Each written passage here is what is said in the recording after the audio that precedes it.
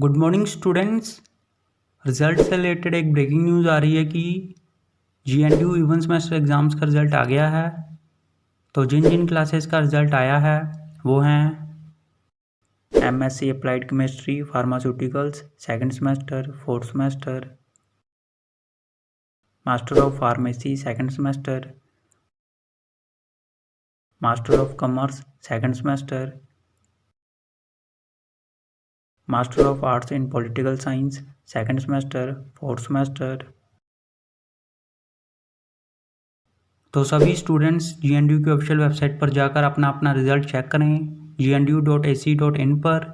All the best सभी students को। उम्मीद है कि आप सबका रिजल्ट बहुत ही अच्छा आया होगा और सभी स्टूडेंट्स पास होंगे।